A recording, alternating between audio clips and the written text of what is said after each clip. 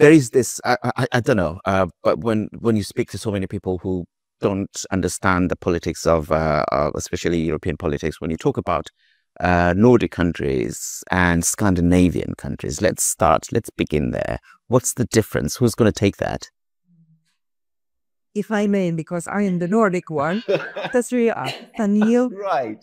So Scandinavia is practically the peninsula, which consists of Norway, Sweden, Denmark. Right. That's a geographical area. Whereas then the Nordics include also Finland and Iceland. Iceland, yeah.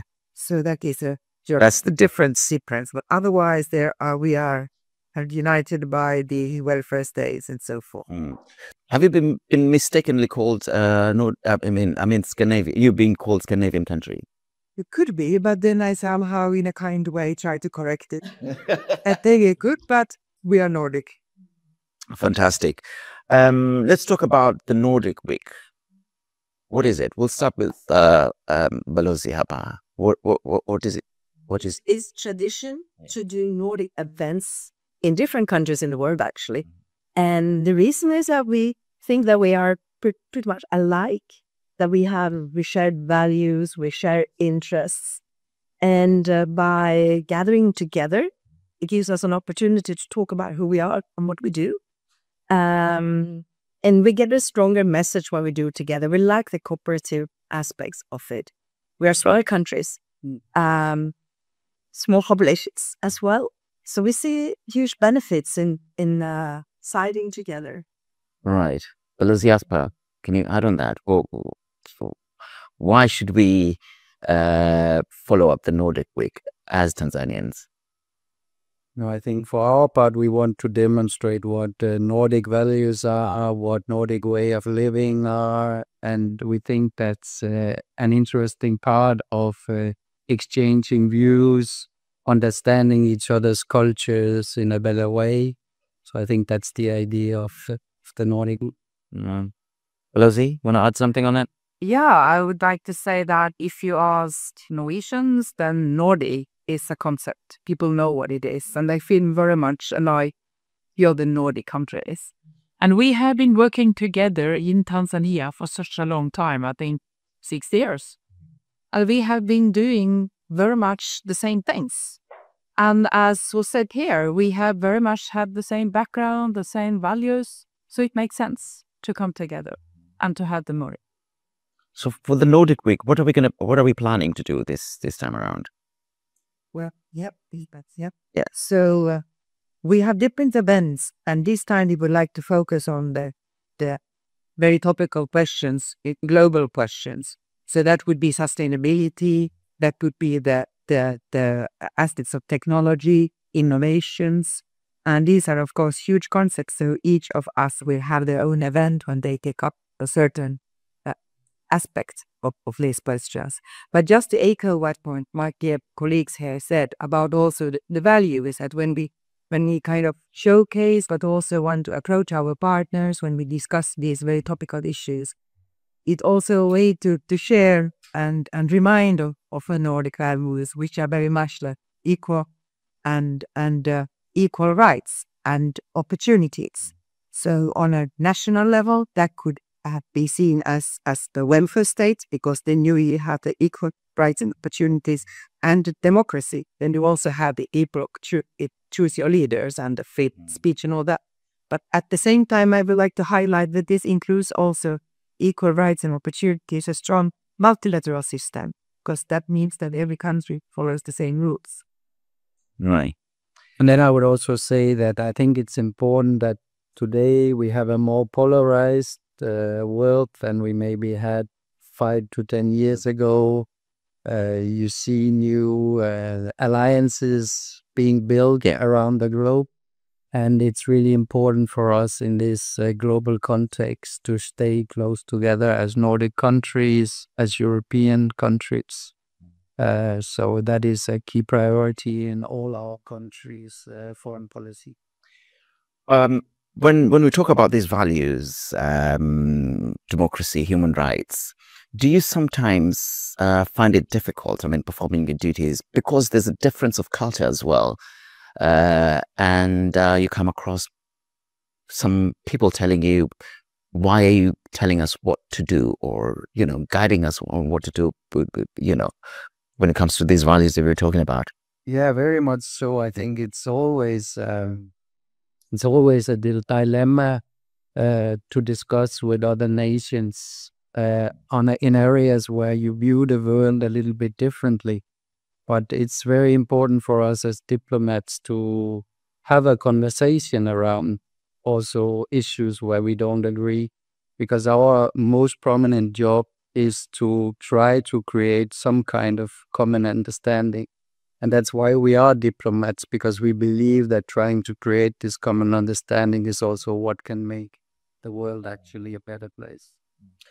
But Luz, how do you deal with that when someone comes and say, you're a European, why are you telling me how to deal with democracy? Well, first of all, we try not to patronize, and we don't say that Tanzania should do this and that. And I'd just like to mention that we've been here for 62 years in all different kinds of weathers, so to say, changing. The world is changing. Our countries are changing. 62 years ago, I think we had 6 million inhabitants and Tanzania had 10. Now, when we celebrated 60 years of development cooperation, you have grown to almost 7. Yeah.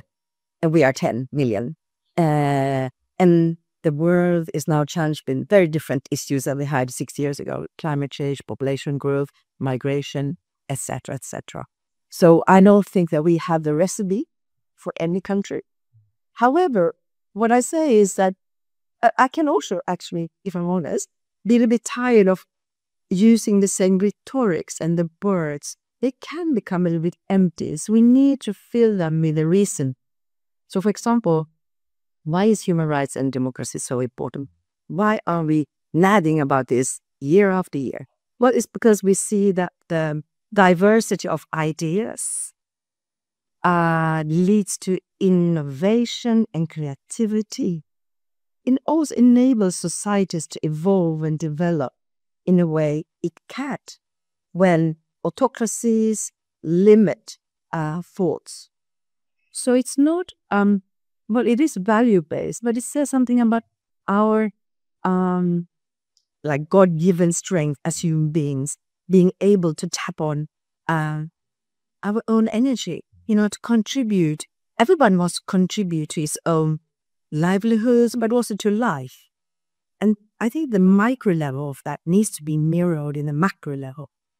Right. Valentine's? Yeah, maybe adds and build up on what my colleague said. I think that there are a lot of challenges in the world. Yeah, we have climate change. We have a different worlds, and I think that it's very much about creating a resilience in our countries and for our people. And that is also about, as was said before, having all the ideas and all the views on the table and to be able to pick the best one. Right. And I think that is part of the experience that we have when it comes to Norway and freedom and expression, is very much to make sure that you have the right ideas. It's very much also from a Norwegian perspective, even though we are a small population, it's very much to make sure that we don't have a system where the majority is deciding, but we need to listen to the minority. And to be able to do that, you need to have all the voices there to find a solution that is kind of robust and that everyone can live for.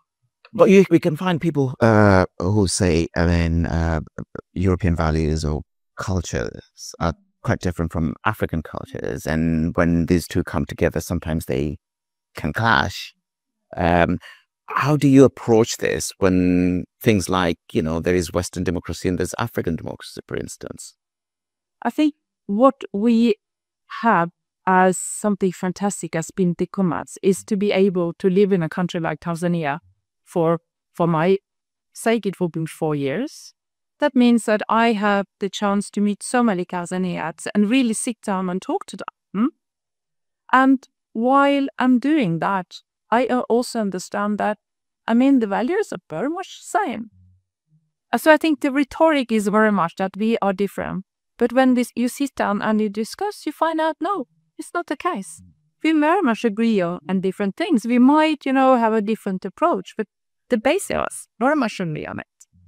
But you can also, I think, see it if you look at the constitution of Denmark and you look at the constitution of Tanzania and you look on rights, they are very similar.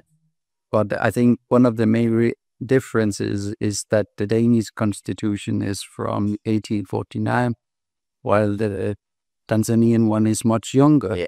So it's also about development, when you need to take that historical context into play when you are, in a certain country and servicing in a certain country that's very different, both historically and culturally than your own. And I think that, so I always try to see the country, including Tanzania, that I'm working through those lenses as well, when I form my dialogue with the respective country, including Tanzania. I think that's extremely important.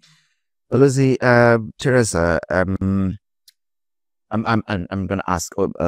I'd like to hear from all of you as well. I mean, what are the Nordic people? What do the Nordic people think of Tanzania, of Africa? Yes, well, Finland has had, like the other Nordics, a very long development cooperation. So among these people, who are actually quite many, they absolutely love Tanzania. I still meet that in the 80s, people who really remembers it because. So there is that group, which is not altogether very small. And then in the University of Helsinki, you have been able to study Swahili for quite many years. And so then there's also that aspect of the interest. And then, of course, the tourism sector is something which is growing.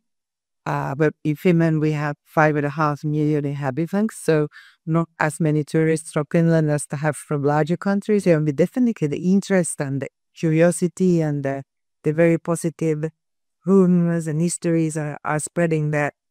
And then, well, especially now as well, Tanzania has been very visible. Finland, we had our President Alexander Stubb visit Tanzania last week. And I was, of course, happy to see the visibility we got here in Tanzania, but a huge visibility back home as well. Well, the people asking, what country is this? I mean, people in Finland, do they look on TV and say, where did our president go? When we hope then with these visits, but I hope also through the embassy and our activities that our country would again be more known. Somehow I got the feeling that perhaps Finland was better known to, the older generation. In the 60s, 70s, and Finland, together with other Nordic countries, we will also support the independence movement and the center being Neri Salam. And it was also one of our former presidents. He used to be an ambassador here, Martti Ahtisaari, who was also supported the independence of Libya. So from those times, I get the feeling that yes, indeed, there is knowledge about France. Because we need to do more now. We're doing it right now. Is there a picture of the dark continent in the Nordic countries, thinking of Africa as this? I think it's mixed. So if I take on the question that you just asked, Teresa, I think that many Danes know Tanzania for its safari, from Zanzibar. And then I would say a third factor is the cooperation that we have had between our two countries for many years, which means that many Danes have been living in Tanzania, actually working here. So these are kind of, I think the fundamentals in the knowledge about Tanzania.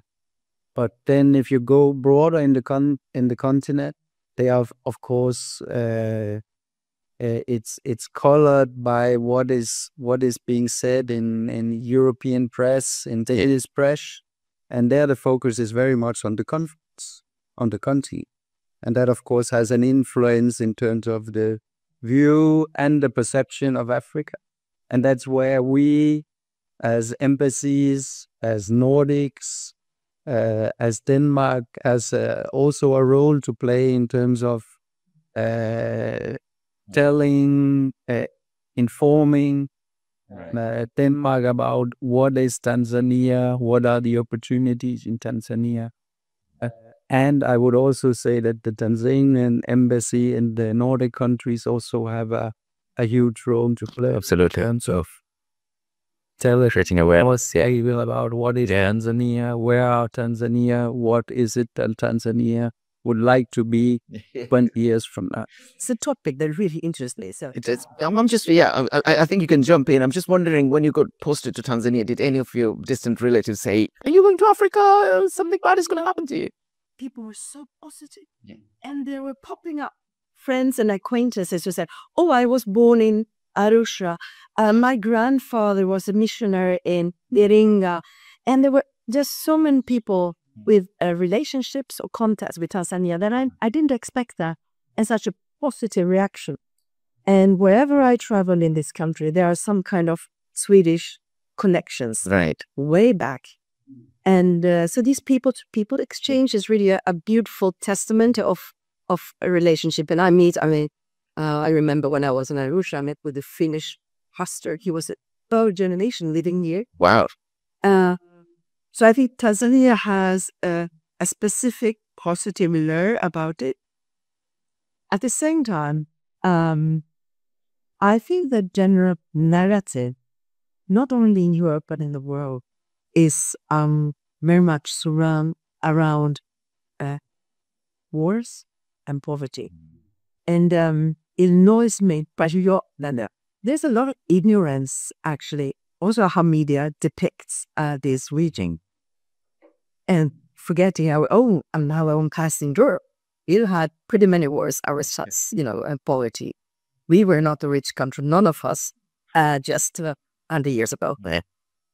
So we have an important role to play, trying to look at for example, IT development and Tesla.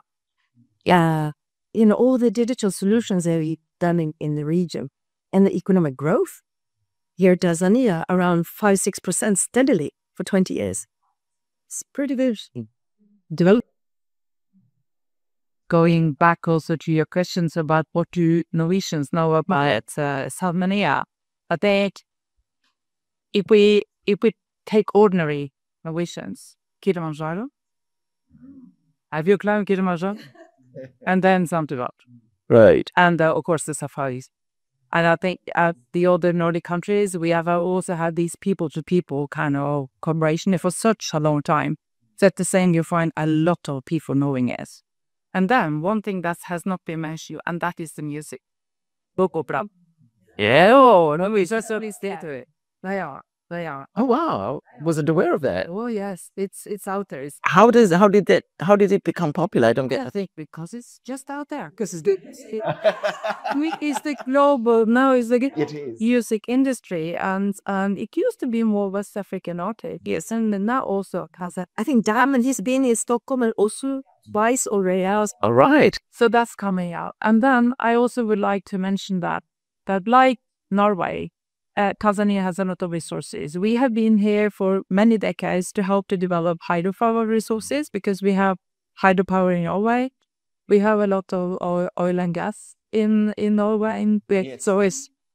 And also Tanzania now is known in Norway because there is natural gas here as well. And we have a Norwegian company wanted to explore that resource. So that is also one of the things that Norwegians know about. Oh, brilliant. Fantastic. Let's talk about climate change, renewable energy, green energy. You guys are experts. Your countries are experts, aren't they?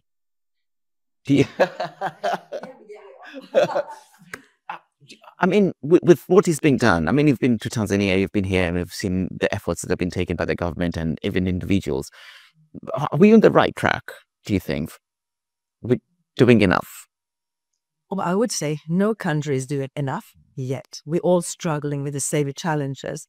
But what I appreciate is Dr. Richard Moyelu is now the chair of the African group of negotiators. That shows if you want to take a role in the COP discussions. In addition, the key cooking initiatives and the emphasis the president is pushing is splendid. But you also took initiative to the Energy 300, development compass.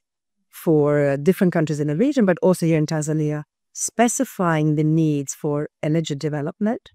And I think that's really good initiatives. I also know that the Minister of Finance is going to, or has installed a new department to focus on access to green financing, which is a very complicated thing for all of us. And that's also good steps in the right direction. I agree on also on the energy comeback. I think it's very positive that Tanzania now has targets for how they want to develop renewable energy resources apart from hydropower. Yes. And this is, I think, if you want to rely on renewable energy resources, you need to diversify. I think with a growing population, economic growth, increased need for energy resources in the future, maybe not the same amount of rainfall in the future as you are used to now. You need to diversify also from hydro and get more solar and wind into your energy mix in Tanzania. But when I'll come to you, I'm just wondering, in so many these conferences that talk about all this and asking African countries to do almost the same as what the Europeans or the Americans must do. And we well know that they had a head start on this. What's your take on that kind of argument when it comes to asking these developing countries to, take similar steps as the developed countries? I think that this discussion about asking African countries to reduce their CO2 emissions cannot be seen separately from the finance discussion. So there are two sides of the coin.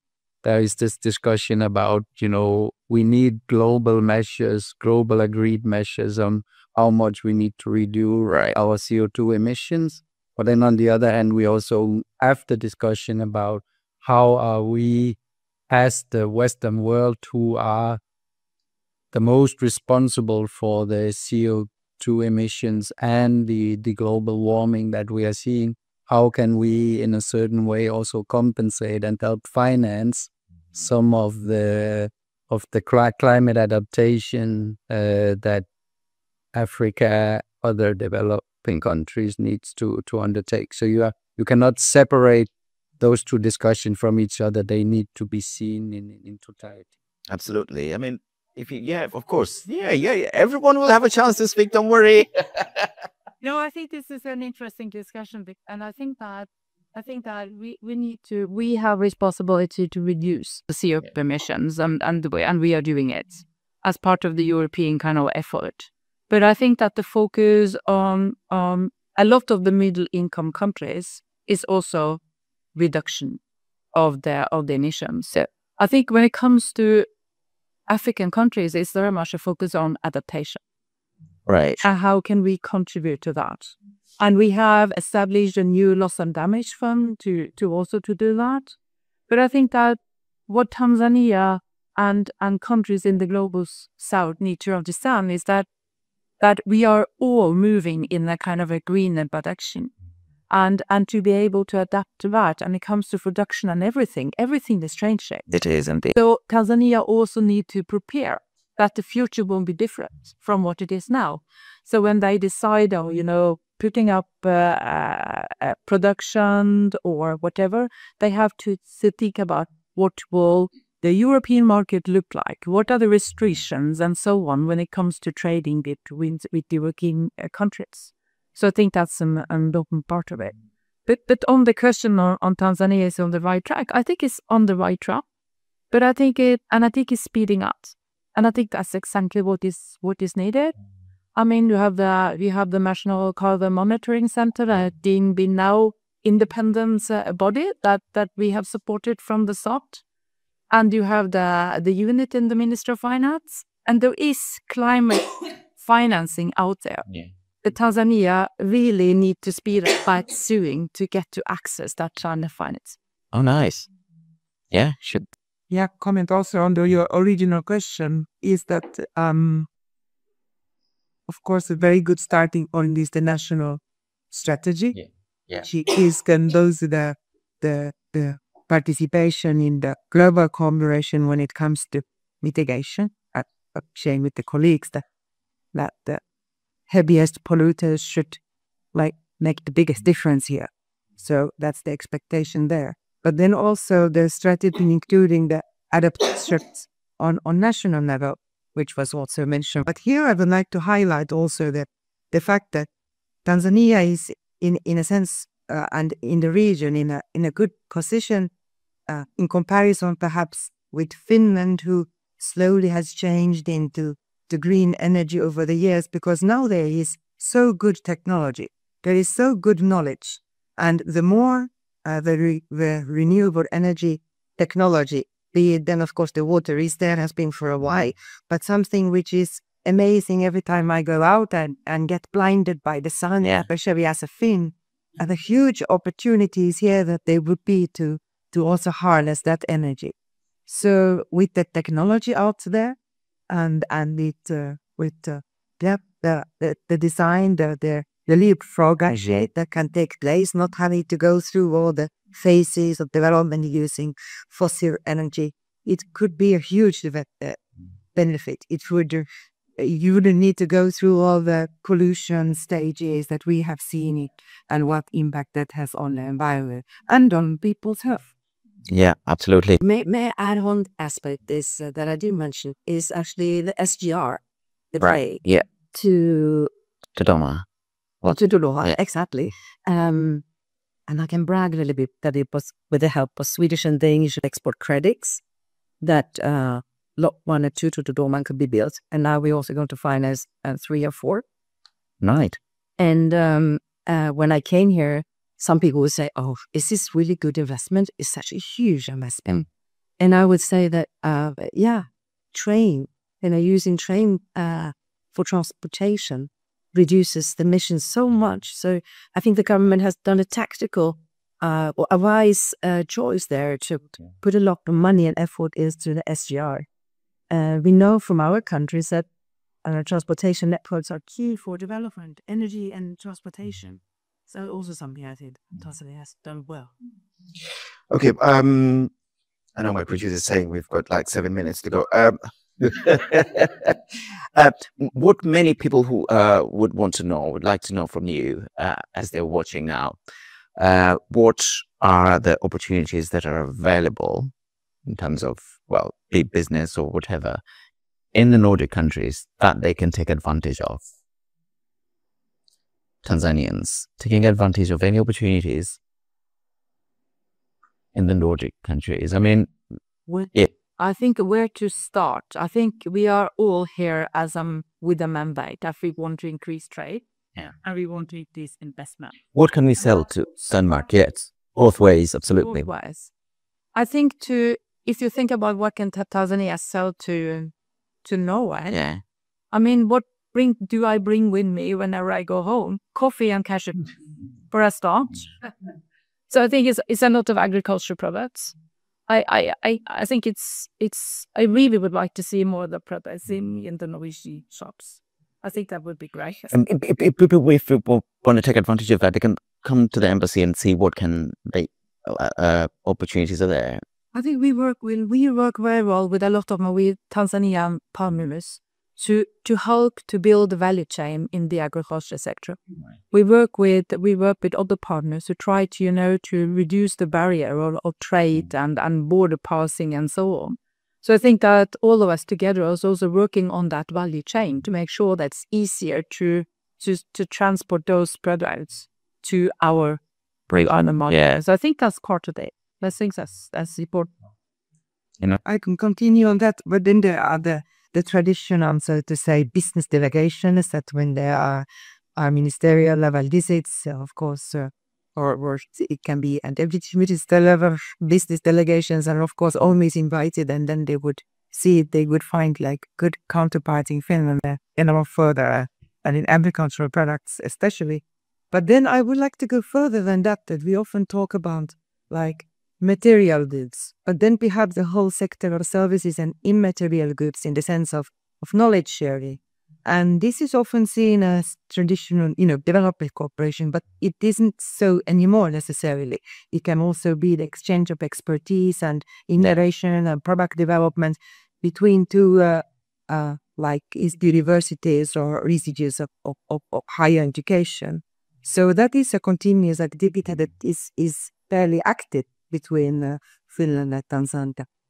Brilliant. We're noticing that a lot as well, like research cooperation. We have research cooperation programs between Tanzanian and Danish universities that's active for around 40 million euro. All right. And we're doing a lot of student exchange. End of the month, we are sending 6 young Tanzanian to Denmark to participate, among other things, in a huge like a democracy festival that's taking place on the island of Bornholm.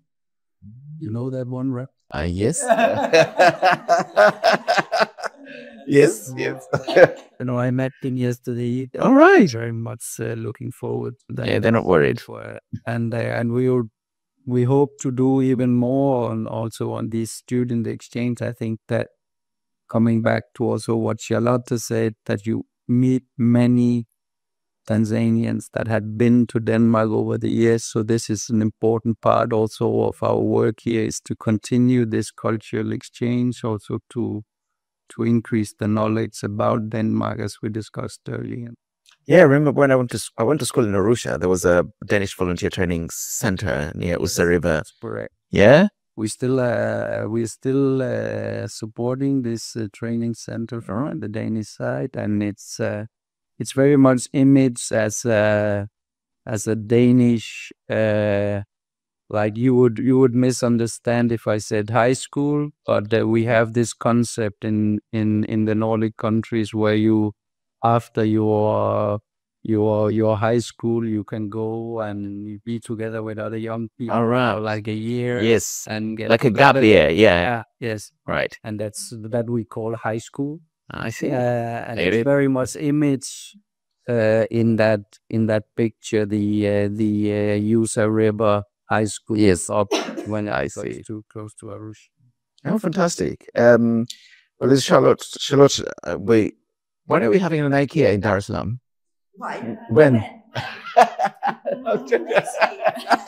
will see. Yeah, we'd love to have that. As our Furniture here. no. Well, I mean, we could work with IKEA. How about that? I wouldn't be surprised. Well, it's difficult to say that, but I wouldn't be surprised that within 10 to 15 years you would see. I came just from a position as ambassador to Morocco. IKEA came in, I think, 5 years before I arrived. A big Danish chain that is a little bit similar, not as well known as IKEA, though, is called Jysk, came in when I was there. And I would say, within... Don't leave our country. Within 10 to 15 years, I would not be surprised before you see some...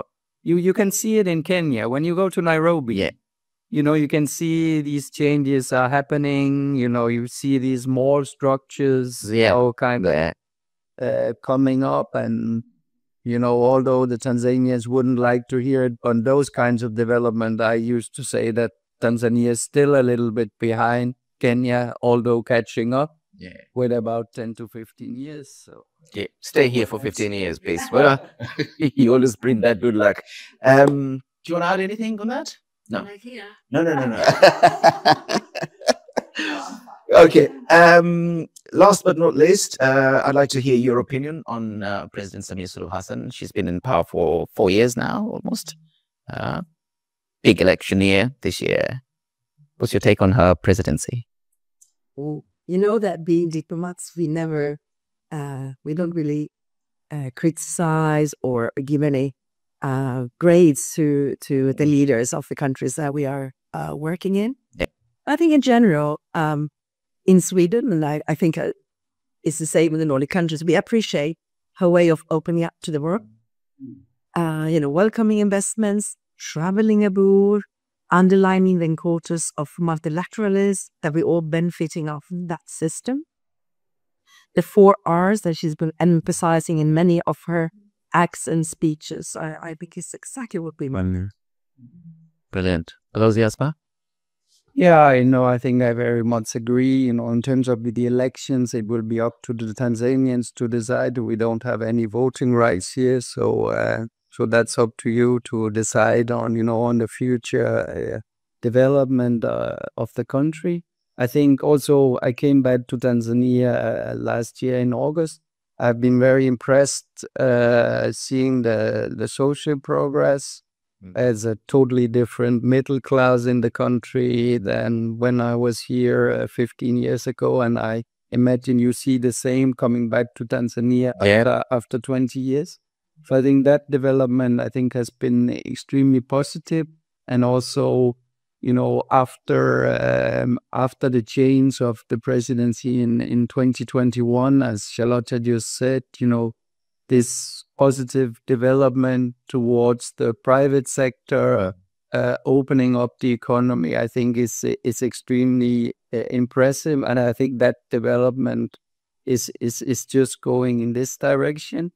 I think that on some of the other more basic democratic values, I have seen Tanzania developing very positively from multi-party democracy since the mid-90s onto 2015.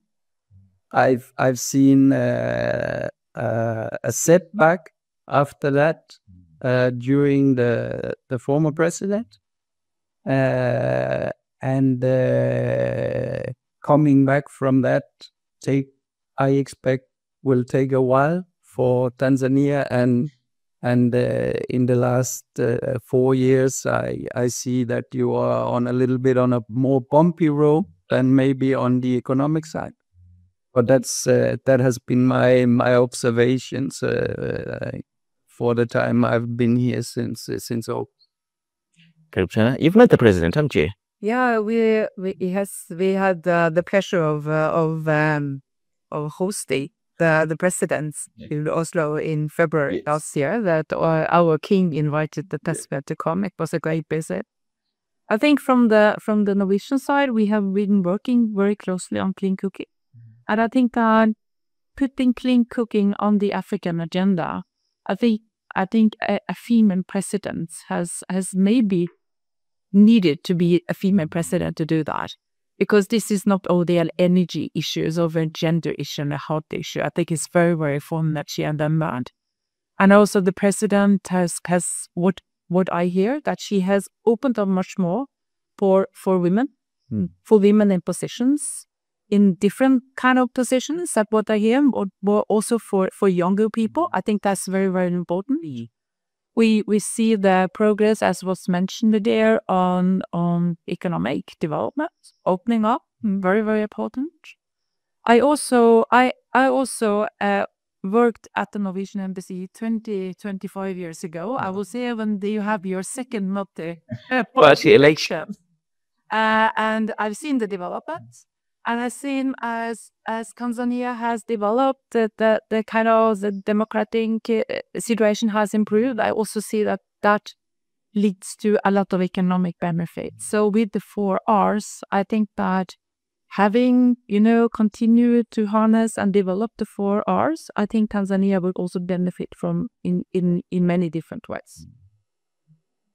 Anything to add? And then, yes, of course, I had the pleasure to meet also with President Baraswin, with my own president. Oh, yes, of course. So that was a very, very nice opportunity.